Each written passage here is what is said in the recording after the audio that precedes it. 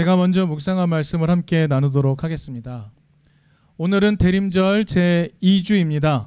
대림절, 예수께서 우리에게 오심의 의미를 찾아보는 이 기간 동안 오늘 본문들을 만나면서 저는 하나의 감동과 하나의 질문을 갖게 되었습니다. 여러분, 2000년 전의 이야기가 오늘 우리에게 정확한 길을 보여주지 않습니다. 2000년 전의 이야기, 기록된 것들이 오늘 우리의 삶의 목적지는 여기야 라고 분명하게 보여주지 않을 때가 참 많이 있습니다. 그리고 오늘 두 본문은 전혀 다른 모습의 예수를 보여줍니다. 이처럼 성경 안에서 예수의 모습이 단일한 모습으로 나오지 않을 때가 참 많이 있습니다.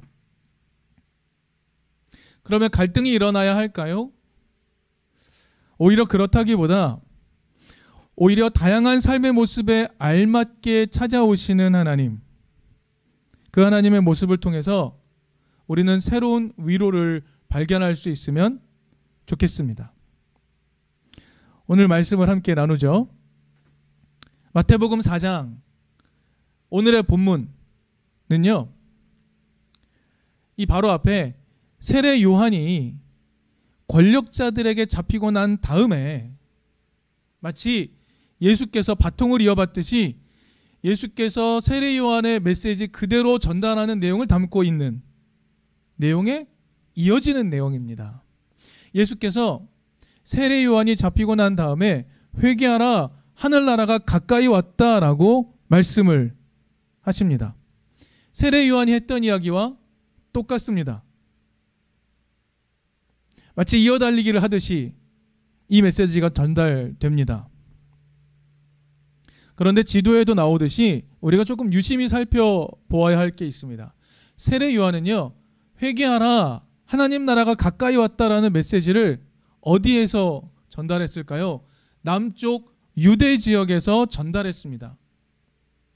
세례 요한은 자신의 메시지가 권력자들의 귀에 들리도록 외쳤습니다. 권력자들을 상대로 하나님 나라가 가까이 왔다라고 일갈하다가 결국 잡히게 된 거죠. 그런데 예수는요, 세례 요한이 헤롯에게 잡힌 다음에 북쪽 갈릴리 지방에서 이 말씀을 합니다. 회개하라, 하나님 나라가 가까이 왔다라는 메시지를 전달하고 있는 겁니다. 여러분, 발 없는 말이 천리를 간다라는 속담을 아시죠? 말은 그렇게 속히 전달이 됩니다. 세례 요한이 권력자들에게 회개하라고 이야기했다가 잡혀갔다라는 이야기, 그 이야기는 아마도 온 이스라엘에게 급속하게 전파되었을 겁니다. 순식간에 퍼졌겠죠. 그런데 예수가 세례 요한이 헤롯에게 잡혔다는 소식을 듣자마자 이 말씀을 하신 겁니다. 회개하라, 하나님 나라가 가까이 왔다. 여러분, 예수의 이 말을 듣는 갈릴리 사람들의 마음은 어떨까요? 한번 상상해 보실 수 있겠습니까? 회개하라, 하나님 나라가 가까이 왔다라는 이야기를 듣는 갈릴리 사람들의 마음 어떨까? 지금 예수가 잡혀간 세례 요한과 같은 메시지를 전하고 있는 겁니다. 그렇다면 사람들은 상상하겠죠. 아, 예수도 조만간 권력자들에게 잡혀가지 않을까? 그들에게 미움을 사서 결국 잡혀갈 것이 뻔해 라는 생각을 할 확률이 매우 높습니다. 그렇다면 그런 예수를 따르게 된다면 자신들도 미움을 사게 될 것이라고 생각할 수 있습니다. 곧 잡혀갈 예수, 그 예수를 따른다? 아유, 나도 권력자들에게 미움을 받지 않을까? 라고 상상할 수 있는 것이죠. 그런 메시지를 전했던 예수가 오늘 본문에 따르면 지금 갈릴리 바닷가를 걷고 있는 겁니다. 여러분, 지금 그 예수를 사람들이 알았을까요? 몰랐을까요? 이 모습에 대해 다른 복음서의 내용을 좀 살펴볼 필요가 있습니다. 좀 살펴보면 갈릴리 사람들이 예수에 대해서 알았다라고 볼 수 있습니다. 누가복음은요 조금 이 내용을 상세하게 들려줍니다. 예수께서 먼저 고향 나사렛에서 배척을 받으십니다. 그리고 갈릴리 가버나움으로 오세요. 그리고 갈릴리 호수 근처로 온 다음에 예수를 만나기 위해 온 수많은 사람들, 그들을 가르치기 위해서 베드로에게 요청을 합니다. 그래서 베드로의 배에 올라서 무태서 조금 떨어진 후에 사람들에게 설교를 하는 장면들이 등장합니다. 그리고 난 다음에 베드로와 안드레, 야고보와 요한을 부르시는 장면이 누가복음에는 등장을 하고 있습니다. 여러분, 갈릴리 어부들은 예수가 정확히 어떤 사람인지는 잘 몰랐을 수 있습니다. 하지만 그는 세례 요한처럼 권력자들에게 강하게 질타하는 메시지, 그들의 나라, 권력자들의 나라가 아닌 하나님 나라가 곧 온다라는 것을 선포하는 그 예수의 모습을 보면서 아, 저 사람도 용감하게 세상을 거스르는 사람이구나라는 걸 알 수 있었을 겁니다. 그리고 두 번째, 그 예수는 가난하고 병든 자들에 대해서 한없는 연민을 가지고 그들의 삶을 회복시키기를 원하는 분이구나 라는 것도 알았을 겁니다. 그 두 가지 예수의 모습을 보았을 겁니다. 그리고 그런 상황에서 예수께서는 베드로와 안드레, 야고보와 요한을 부르고 계십니다. 메시지는 무엇이었습니까? 나를 따라오너라.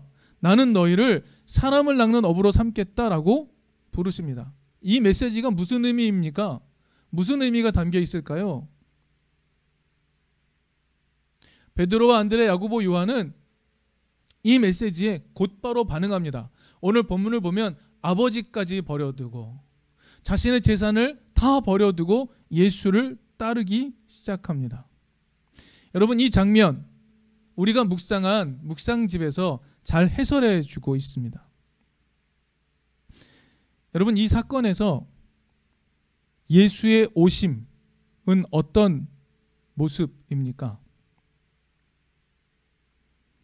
어부들에게 예수께서 말씀하십니다. 그런데 그 예수의 말씀은 자신들도 깨닫지 못하고 있던 갈망을 일깨웠습니다.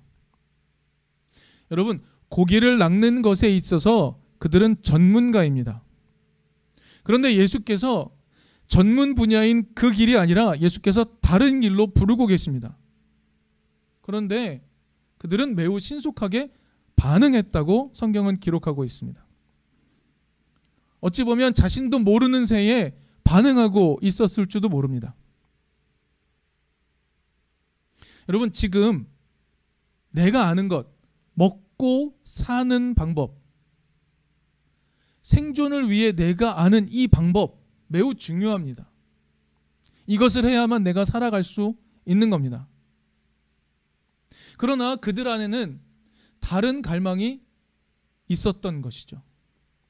내가 생존을 위해 하는 일은 이 일이지만 내 안에는 다른 갈망이 있는 겁니다.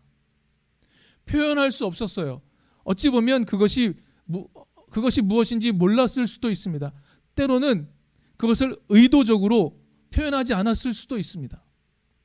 내 안에 무언가 진정한 생명력이 넘치는 삶을 살고 싶다라는 갈망이 있었을 겁니다. 표현하지 못했거나 표현하지 않았거나 그들 안에 있던 그 갈망을 예수께서 건드리셨습니다. 새로운 삶의 길로 예수가 부르십니다. 그랬더니 그들이 가장 잘하는 전문 분야를 과감하게 떠납니다. 내가 제일 잘하는 길을 떠납니다. 그들은 결국 용감하게 진정한 삶의 길로 따라 나서게 됩니다. 여러분, 때로 내가 전혀 예상하지 않았던 어떤 자극이 자신의 삶을 완전히 다른 길로 이끌어가기도 합니다.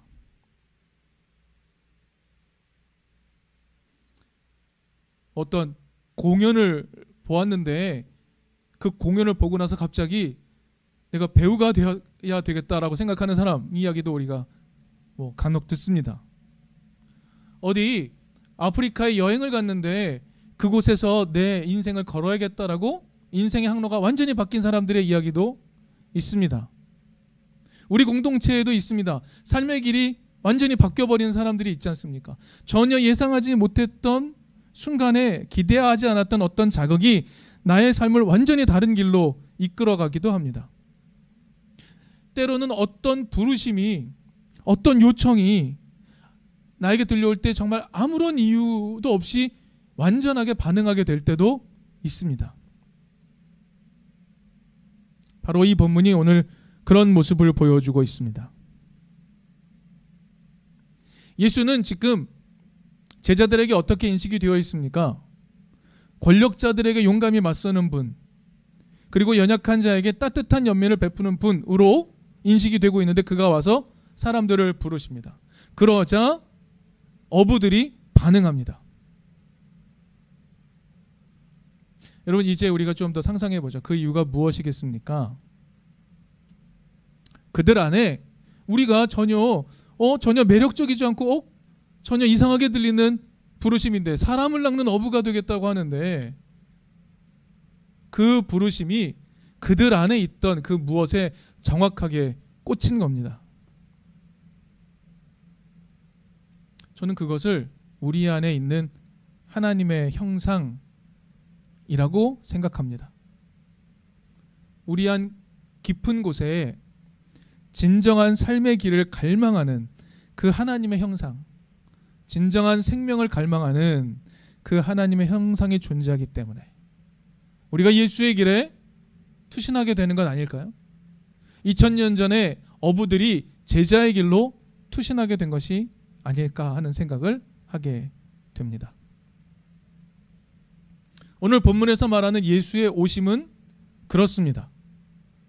예수가 오셔서 우리 안에 진정한 삶의 길을 정말 불현듯 일깨웁니다.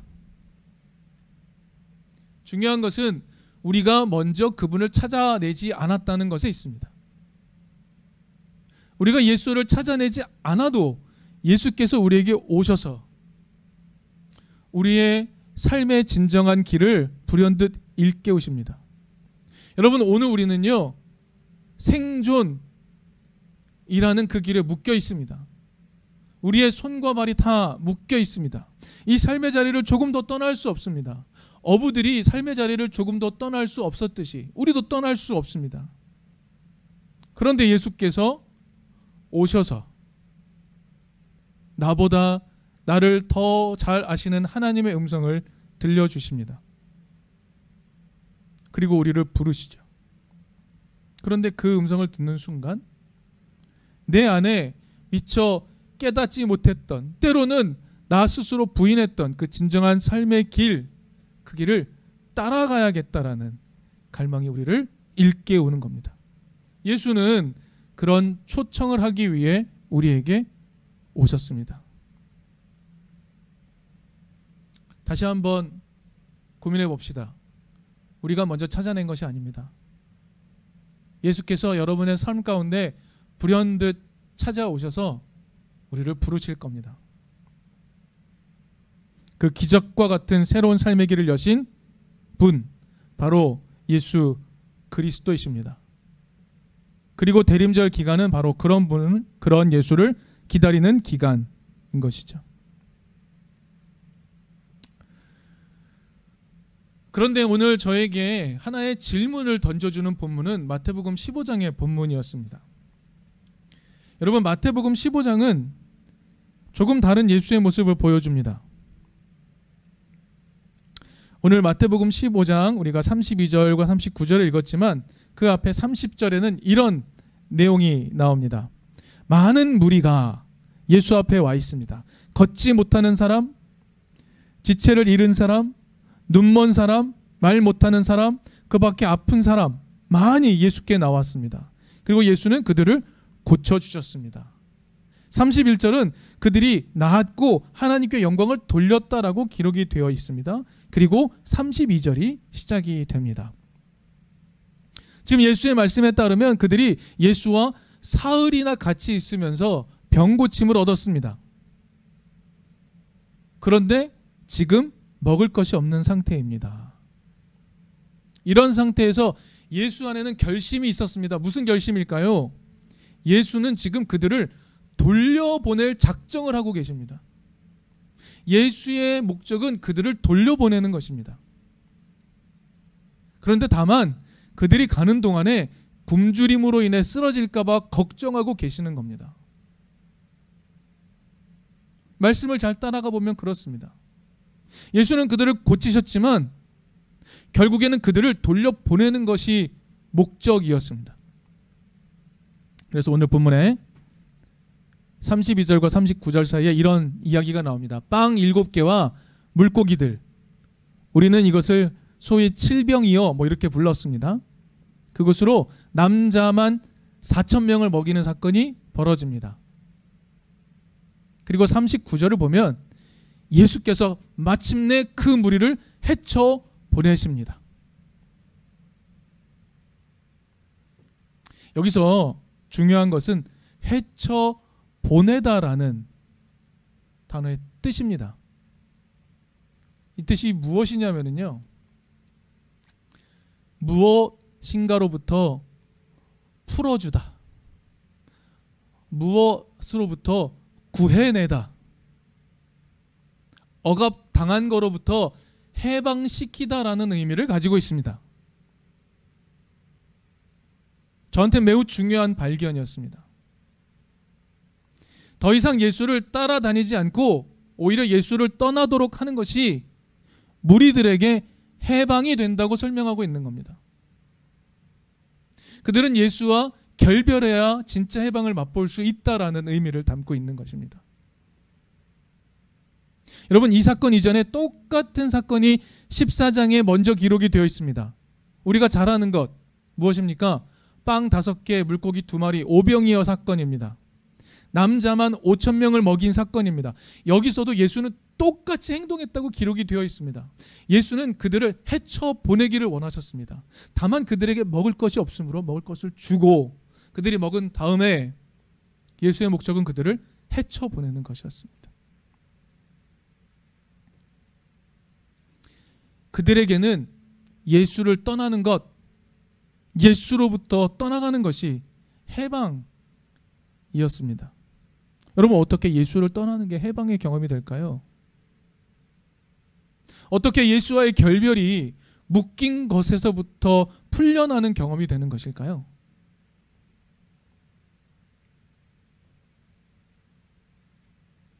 이 질문에 대해 저 자신이 한번 답을 고민해 보았습니다. 때로 예수님의 오심, 예수님 찾아와 주세요 라고 말할 때 그 오심, 그것은 나의 필요를 채우기 위한 수단으로 예수의 오심을 경험하고자 할 때가 참 많이 있습니다.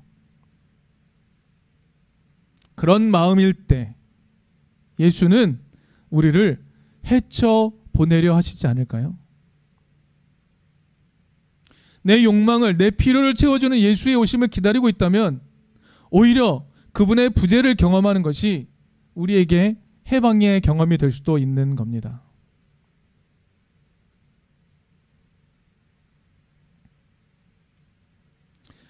예수는 우리에게 진정한 삶의 길을 알려주시기 위해 오셨습니다. 그러나 그 진정한 삶의 길이 아니라 내 욕망을 완성하는 길, 그 길로 나아갈 때 예수님 함께 해주세요 라고 말한다면 어쩌면 예수는 우리와 결별하기를 원하실 겁니다. 대림절 기간, 진정한 삶의 길을 알려주기 위해 이 땅에 오신 예수, 그 예수를 만나기를 기대하는 기간입니다. 여러분, 우리는 어쩌면 생존의 위기 때문에 우리 안에 있는 갈망들을 다 숨기고 살 때가 있습니다. 그래서 우리는 진정한 삶의 길을 살아가지 못할 때가 참 많이 있습니다. 그러나 그때 예수께서 우리에게 찾아오셔서 나를 따라오너라, 나와 함께 하나님 나라로 가자라고 하실 때에 우리가 그런 예수를 만나고 그런 예수를 따라 나설 수 있는 용기를 가질 수 있기를 바랍니다.